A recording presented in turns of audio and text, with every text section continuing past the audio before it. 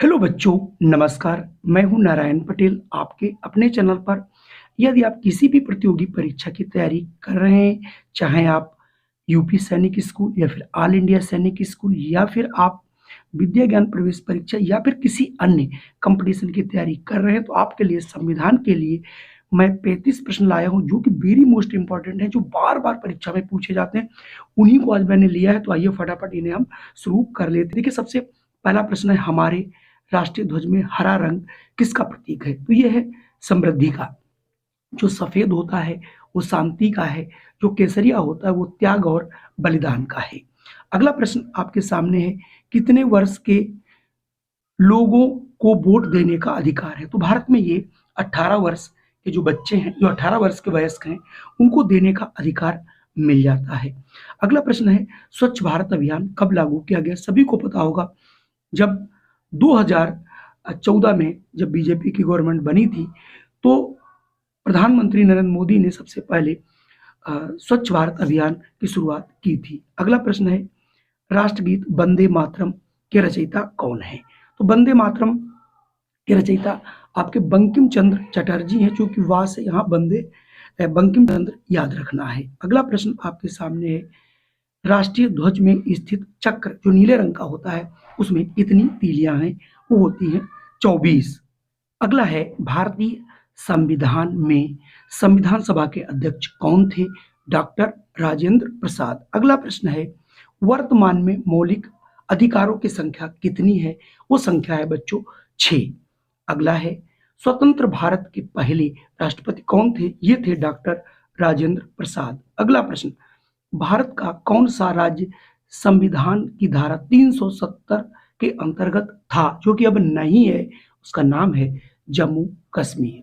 अगला है, भारत में राज्यों की संख्या कितनी है? तो वर्तमान समय में भारत में राज्यों की संख्या पूछ रहा है, वो है 28।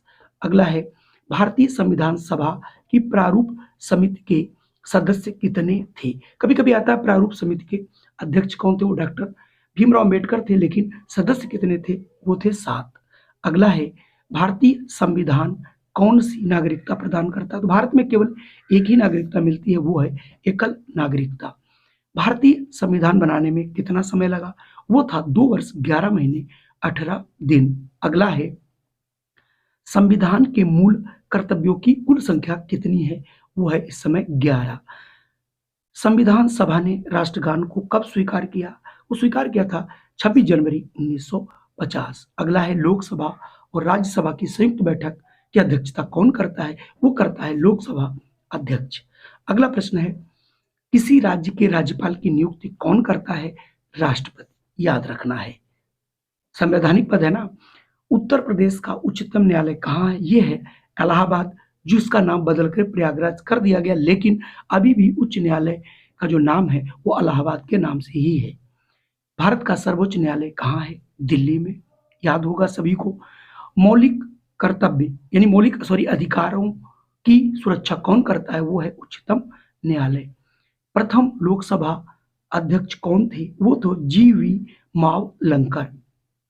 अगला है, भारतवर्ष में राष्ट्रपति की नियुक्ति प्रधानमंत्री की नियुक्ति कौन करता है? राष्ट्रपति।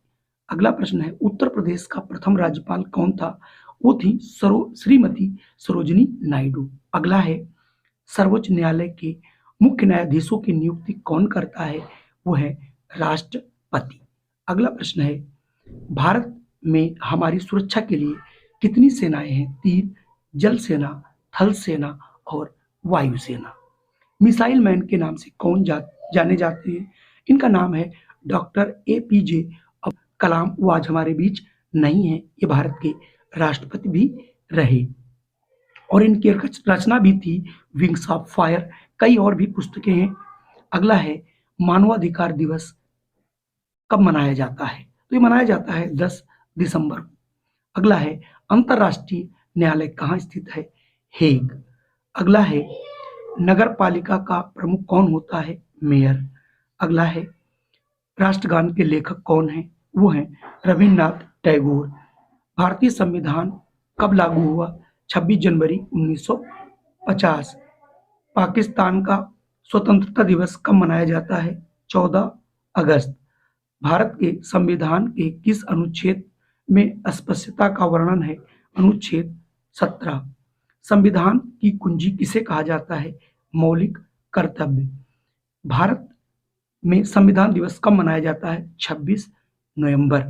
कुल मिला के आज के ये 35 प्रश्न कैसे लगे? अगर वीडियो पसंद आया हो इसे लाइक कर दीजिएगा, शेयर भी कीजिएगा और एक प्यारा सा कमेंट जरूर कीजिएगा। इस प्रकार की वीडियो आपको सदैव मिलती रहेंगी। फिर मैं मिलता हूं आपको एक नए वीडियो में।